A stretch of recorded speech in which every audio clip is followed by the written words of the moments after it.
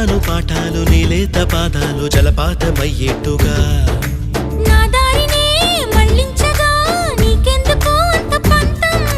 మంచేతిలో ఉంటే కదా ప్రేమించడం మానటం